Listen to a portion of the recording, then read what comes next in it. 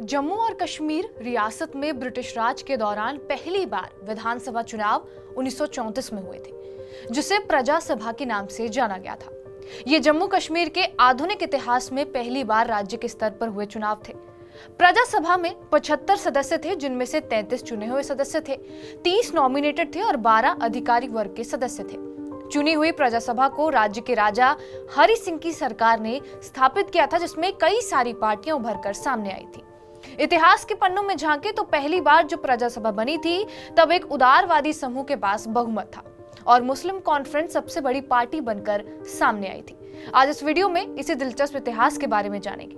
नमस्कार, मेरा नाम है रिया शर्मा और आप देख रहे हैं टीवी नेट डिजिटल। उस समय देश भर में भारतीय राष्ट्रीय कांग्रेस ही बड़ी राजनीतिक पार्टी थी, इसलिए हर राज्य में उसी का प्रभाव था।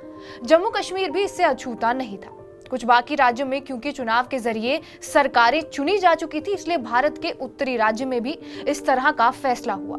महाराजा हरि सिंह ने 1932 में सर बुरजोर दलाल की अगुवाई में एक कमेटी बनाई थी, जिसे राज्य में चुनावों के लिए रास्ता बनाने का जिम्मा सौंपा गया था।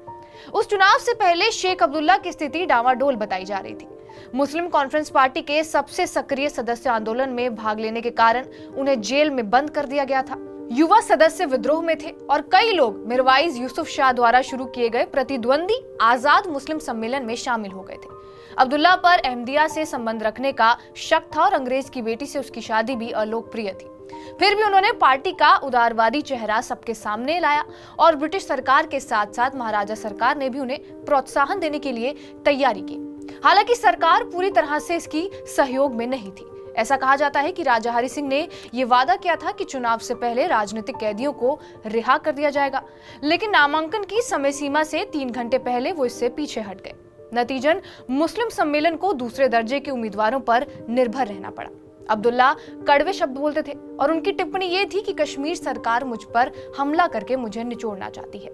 इस कमेटी ने 75 सदस्यों की सभा बनाने की सिफारिश की थी और पहले बताए गए हिसाब से सदस्यों की संख्या तय की गई थी। यही नहीं, 33 चुने हुए सदस्यों को बाद में संप्रदायों के आधार पर बांटा गया था, जिसके तहत 21 सीटें मुस्लिमों को, 10 सीटें हिंदुओं को और 2 सीटें सिखों को आवंटित कर दी गई थी। इसके साथ ही सीटों का बंटवारा क्षेत्रों के हिसाब से भी हुआ था। कश्मीर क्षेत्र में 16 सीटों में से 11 मुस्लिमों को, 3 हिंदुओं के हिस्से में थी, तो जम्मू क्षेत्र में 17 सीटों में से 9 सीटें मुस्लिम और 7 हिंदुओं के खाते में थी। यहाँ एक सीट सिखों के लिए थी। वहीं लद्दाख और गिलगिट से सिर्फ नॉमिनेटेड सदस्य ही प्रजा सभा में हिस्सेदारी रख सकते थे। इसी तरह चेनानी से भी एक नॉमिनेटेड सदस्य हुआ करता था। लेकिन इन चुनावों से पहले राजनीतिक स्थितियां काफी उलझी हुई थी। महाराजा हरि सिंह और शेख अब्दुल्ला एक तरह से प्रतिद्वंदी के तौर पर नजर आ रहे थे। बीच में ब्रिटिश सरकार की भूमिका भी अटपटी थी। एक तरफ महाराजा और ब्रिटिश हुकूमत लोकतंत्र बहाली पर राजी थे, तो दूसरी तरफ राजनीतिक पार्टी के दमन को लेकर भी एक हवा लगातार बनी हुई थी। प्रजा सभा सीटों के लिए चुनाव 3 सितंबर 1934 को हुए।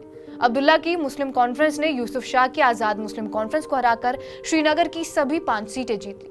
अंतिम काउंटिंग में मुस्लिम कॉन्फ्रेंस के पास विधानसभा में 16 निर्वाचित सीटें थी और डोगरा सदर सभा द्वारा समर्थित लिबरल ग्रुप के पास 13 थी। असेंबली के अध्यक्ष के अनुसार 2 मुस्लिम कॉन्फ्रेंस के सदस्यों ने 2 के बाद लिबरल ग्रुप के प्रति अपनी निष्ठा बदल ली। विधानसभा के 1.5 हफ्ते बाद कई मनोनीत सदस्य भी लिबरल ग्रुप में शामिल हो गए, जिससे विधानसभा में इसकी अंतिम संख्या 26 हो गई।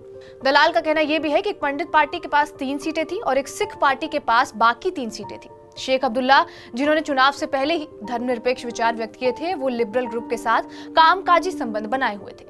पहले सत्र के अंत तक उन्होंने राष्ट्रपति और मंत्रियों के सहानुभूतिपूर्ण रवैये पर अपना संतोष भी जाहिर किया, लेकिन बाद में राजा हरि सिंह के सामने उन्होंने संविधान को बदलने की मांग तेज कर दी। इसके बाद महाराजा ने राजनीतिज्ञ प्रशासक सर एन गोपाल स्वामी अयंगर को राज्य का प्रधानमंत्री नियुक्त किया था। बहरहाल, आपका इस पूरी कहानी पर क्या कुछ कहना है, हमें कमेंट बॉक्स में जरूर बताएं। बाकी देश और दुनिया की तमाम बड़ी खबरों के लिए बने रहे हमारे साथ टीवी 9 डिजिटल पर।